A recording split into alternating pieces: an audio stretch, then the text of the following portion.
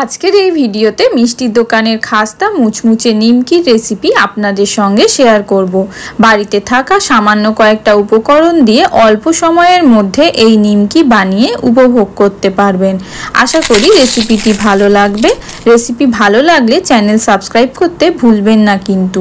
চলুন তাহলে রেসিপি। নমস্কার বন্ধুরা, পিনাজ হেসেলে আপনাদের সবাইকে স্বাগত জানাই। আশা করি আমার চ্যানেলের রেসিপিগুলি আপনাদের সকলকে ভালো লাগে। চ্যানেলের রেসিপিগুলি ভালো লাগলে আমার চ্যানেলটি কিন্তু অবশ্যই সাবস্ক্রাইব করবেন। রেসিপির শুরুতেই একটা মিক্সিং বলে 1 কাপ পরিমাণ ময়দা নিয়ে নিয়েছি। এখন ময়দার মধ্যে 1 চামচ পরিমাণ কালো জিরে সাথে স্বাদ অনুযায়ী লবণ দিয়ে দিচ্ছি। এখন ময়ামের জন্য 2 চামচ পরিমাণ সাদা তেল দিয়ে দেব। এখন হাত দিয়ে ভালোভাবে ময়দাটা ময়াম করে নেব, যাতে ময়দার মধ্যে তেলটা ভালোভাবে মিশে যায়। দেখুন খুব সুন্দরভাবে ময়াম হয়ে গেছে।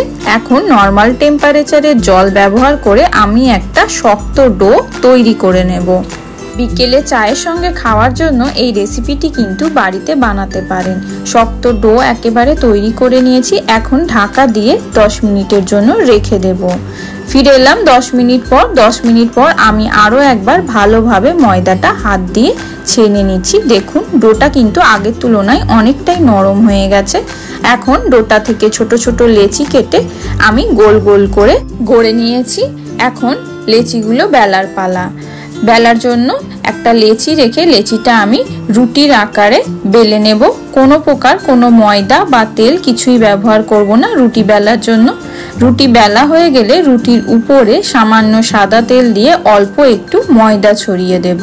এখন রুটিটা আমি 3 কোনা পরোটার আকারে ভাঁজ করে নিয়ে হালকাভাবে একটু বেলে বড় করে নেব। ভিতরে ময়দাটা দেওয়ার ফলে নিমকিগুলো ভাজার পর দেখবেন লেয়ারগুলো কিন্তু খুব ভালোভাবে বোঝা যাচ্ছে। দেখুন বেলে নিয়েছি, খুব বেশি বড় করার দরকার নেই। এই একইভাবে আমি বাকি নিমকিগুলো তৈরি করে নিয়েছি। এখন নিমকি ভাজার জন্য চুলোয় কড়া বসিয়ে সাদা তেল গরম হওয়ার জন্য রেখে দিয়েছি।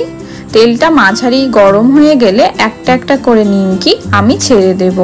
এখানে আমি 2 থেকে 3টে নিমকি একসঙ্গে ভাজার জন্য দিয়ে দেব। আপনারা আপনাদের কড়ার সাইজ অনুযায়ী নিমকি ভাজার জন্য দিতে পারেন। দেখুন 1 থেকে 2 মিনিট ভাজার পরই নিমকিগুলো কিন্তু ফুলে উপরে ভেসে উঠেছে। এখন নিমকিগুলো আমি উল্টে পাল্টে মাঝারি আঁচে একেবারে লাল লাল করে দুপাশটা ভেজে নেব।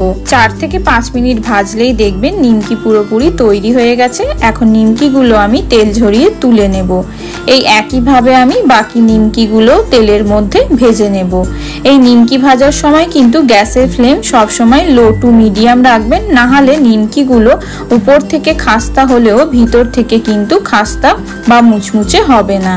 যে কোনো বিকালে চায়ের সঙ্গে মুচমুচে এই নিমকির রেসিপিটি একবার হলেও ট্রাই করে দেখতে পারেন। সমস্ত নিমকি ভাজা হয়ে গেছে। খাস্তা নিমকির এই রেসিপি ভালো লাগলে চ্যানেল সাবস্ক্রাইব করে লাইক কমেন্ট শেয়ার করতে ভুলবেন না।